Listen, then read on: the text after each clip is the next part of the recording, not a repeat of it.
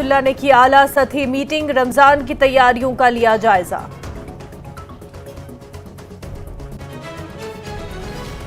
कल से पूरे मुल्क में रखे जाएंगे रोजे, रमजान उल मुबारक की आमद पर खसूसी प्रोग्राम, लोगों ने दी एक दूसरे को मुबारकबाद।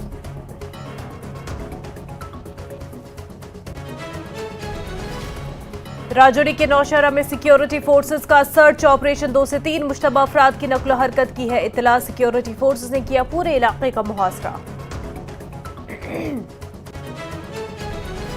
बीजेपी के कौमी सदर ने किया कटरा का दौरा, माता वैष्णो देवी के किए दर्शन। बीजेपी अरकान असेंबली के तरबियती कैंप में हुए शामिल। किश्तवाड़ के पडर रोड पर लैंडस्लाइडिंग की वजह से रोड बंद। डोडा देसा पर ट्रैफिक बहाली के लिए काम पूरी तेजी से जारी। जम्मू श्रीनगर कौमी शाहराह पर ट्रैफिक को किया गया बहाल। लैंडस्लाइडिंग और शूटिंग स्टोन्स की वजह से हुई थी सड़क बंद। हालिया बारिश और बर्फबारी के बाद वादी कश्मीर में दर्जे हरारत में दर्ज की गई कमी।